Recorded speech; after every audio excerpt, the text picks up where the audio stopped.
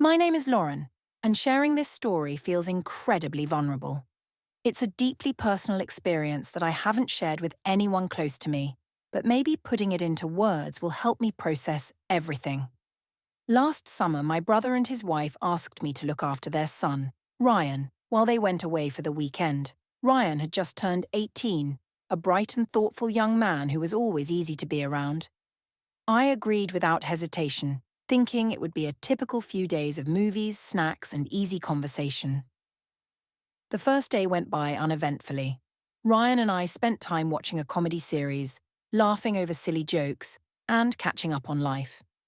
Everything felt normal, but I could never have anticipated how much would change the following day. It was late morning when Ryan mentioned he was heading out to meet some friends. I was glad to have the house to myself for a few hours and decided to relax in my bedroom. With the door slightly ajar, I scrolled through social media for a bit and then decided to watch something to lift my mood. Everything seemed normal. It didn't even cross my mind that Ryan might come back early, but then the door opened unexpectedly. I turned, startled, to see Ryan standing there, a surprised look on his face. "Lauren, I forgot my keys," he said quickly, but his expression betrayed more than his words. For a moment, time seemed to freeze. I felt my cheeks flush with embarrassment as I scrambled to cover myself, wishing I could disappear. "Ryan, you should knock," I managed to say, my voice trembling. His gaze shifted nervously and he stepped back, muttering an apology. "I'm sorry," he said, almost too quietly, before turning and leaving the room. The rest of the day passed in awkward silence. Ryan avoided meeting my eyes, and I felt a tension in the air that hadn't been there before. That evening, as we sat in the living room, I decided to address what had happened. "Ryan," I began cautiously, "about earlier. Let's just forget it, okay?" He nodded quickly, but his expression remained unreadable. "Sure." I thought that would be the end of it, but the unease lingered. Over the next few days, Ryan seemed to find excuses to be around me more often. Small touches, lingering glances. It all felt strange, yet there was an undeniable connection forming between us.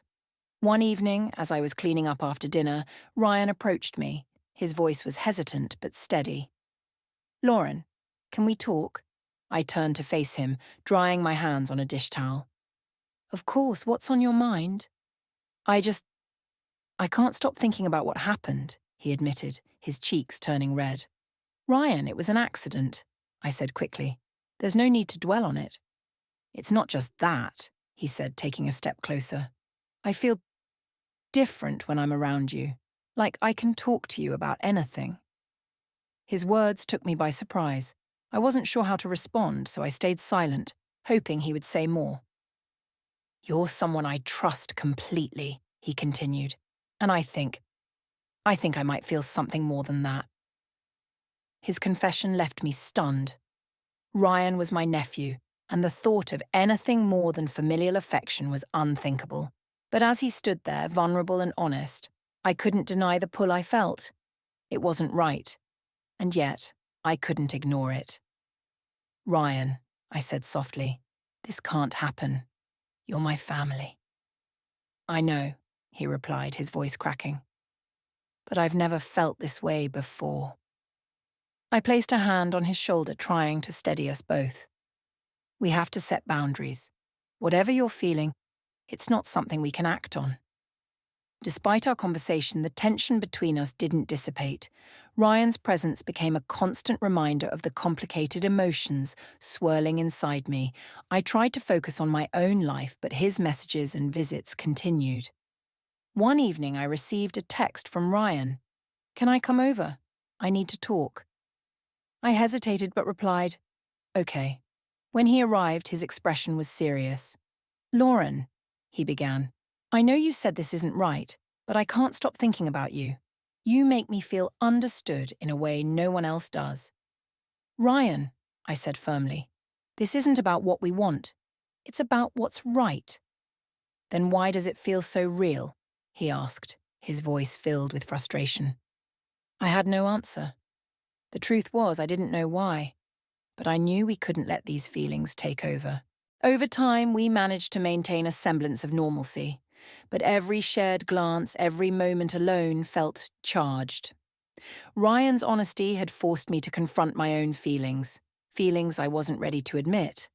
My marriage had been strained for years. My husband, Mark, was often distant, his attention consumed by work. The emotional void I felt with him only made my connection with Ryan more confusing. One night, after Mark left for a business trip, Ryan texted again. "I need to see you," I replied. "Not tonight. It's too complicated." His response was immediate. "Please, I'll keep my distance. I just need to talk." Against my better judgment, I agreed. When Ryan arrived, he stood at the door, hesitant but determined. "I don't want to make things harder for you," he said, "but I can't pretend I don't care." I sighed, stepping aside to let him in. "Ryan, we've been through this." "I know," he said, his voice steady. "But you deserve to be happy, and I can see that you're not." His words cut deep. He wasn't wrong.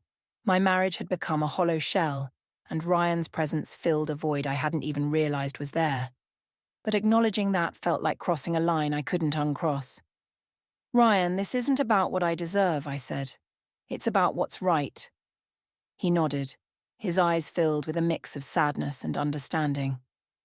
"I just needed you to know how I feel." After that night, I resolved to focus on repairing my marriage. Mark and I planned a weekend getaway to reconnect, but the distance between us felt insurmountable. Every attempt at conversation fell flat, and I found myself thinking about Ryan more than I wanted to admit.